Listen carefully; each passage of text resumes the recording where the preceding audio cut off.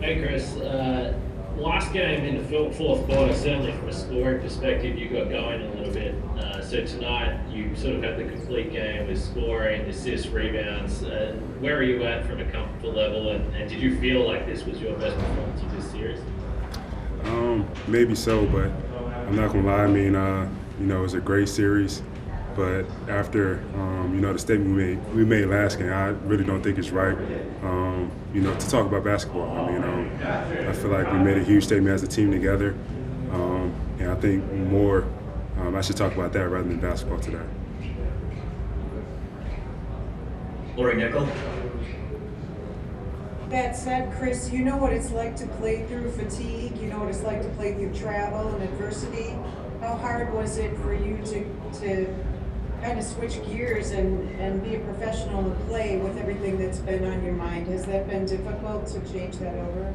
I would say it was very difficult today. I mean, we had an extremely long couple of days, just a lot going on emotionally, physically. You could add that too. But the thing I love about this team, about this league, is that we all stuck together. We had, in-depth conversations. We backed each other up. We didn't leave one person, standing by himself. We all stuck together, just like a brotherhood should do. Joe Varden. Well, I had a basketball question, if you don't want to answer it. Probably not, yeah.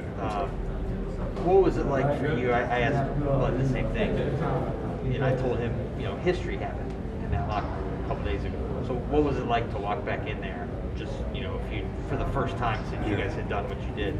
I mean, it was weird. I mean, I definitely don't think when we initially made that, statement that we weren't going to play that day, that it would be, as big as it became, our history. But I think at the end of the day, we were proud of what we did, and that decision that we made, we were proud of that decision. We truly felt that, it wasn't the right day to play a game, and for many reasons around this country, around this world, that, we believed in something.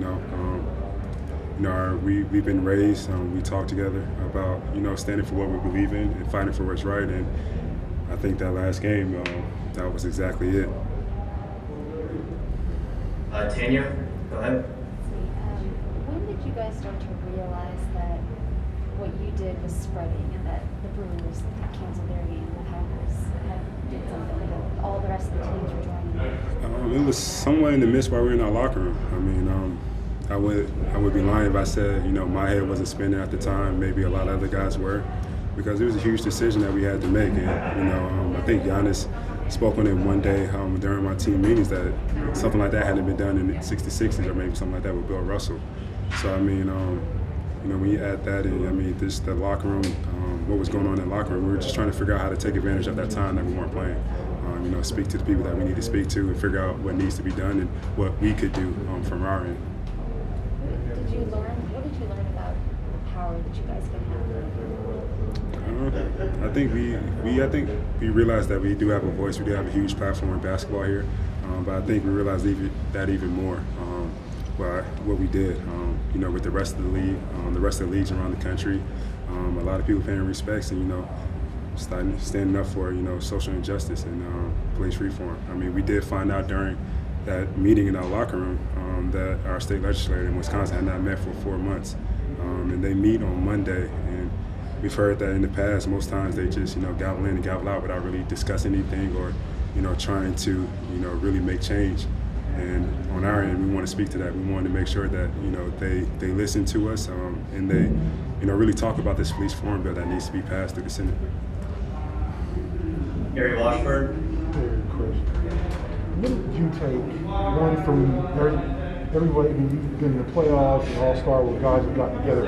Those meetings were like 100-plus guys for the first time in the room.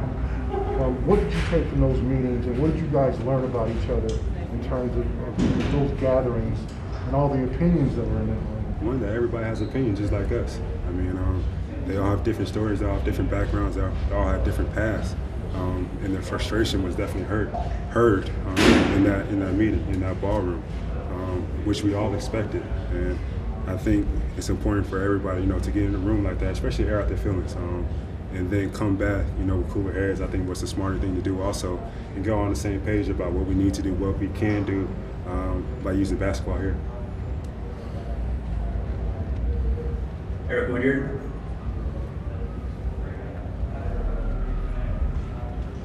Khris, obviously, it's a different era in today's athletes. You guys got to be speaking on topics outside of just basketball. Just talk about that balance as opposed to, say, guys in a generation before, they didn't have this type of responsibility where people look to them to really speak up. How are you handling that when you got to be kind of engaged and know what you're talking about? Because when you come out and say the wrong thing, that's also a big problem. For sure. I mean, it's definitely tough for me. I mean, I've been known as a quiet guy for most of my career. But at the same time, we have responsibility. A lot of people listen to us, a lot of people look up to us, a lot of people watch us. I think the phrase is, when we're all growing up, don't let basketball use you, use basketball. I think as you get older, you realize that with all these cameras, all these microphones, the social media and whatnot, we realize how big of an impact we have, how many people watch us, how many people, want to be in our position at times. So we have a responsibility, to fight for the people that can't be heard at times. There you go. Khris, while the national anthem was playing, Alex Lazarus was marching in Kenosha. What does it mean to you to have an ownership group, to have people who used to work in your front office that are doing the work back at home? In some ways, it gives us confidence that, people from all backgrounds, especially in our organization, that they stand with us. We put them in a tough situation, I would guess, but they truly felt that we made the right decision, and they stood behind us, and they give us the confidence in our voices to keep continuing what you're doing. They have all the support in us on the basketball court and off the basketball court, which is huge, coming from front office, ownership, all that. Two more. Zora Stevenson.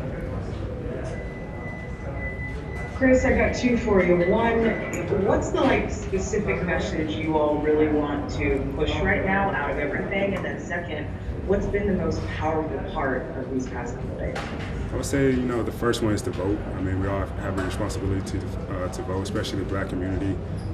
We had to fight for that right for so long in our lifetime, and now we're able to. So we have to take advantage of that and do that. And then two, like I said, the state legislators meeting on Monday to introduce a new police reform bill, and that we need them to really sit down, discuss that, and to pass that.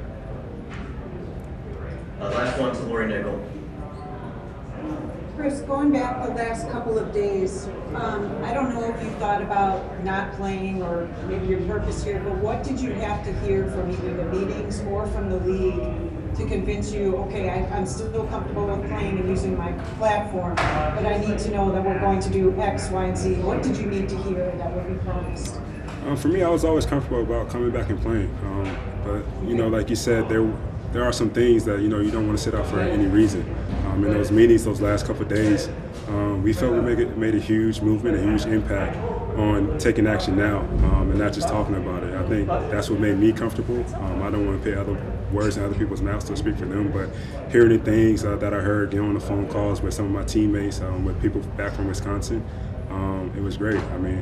Hopefully, I could do the same thing for my home back in South Carolina also.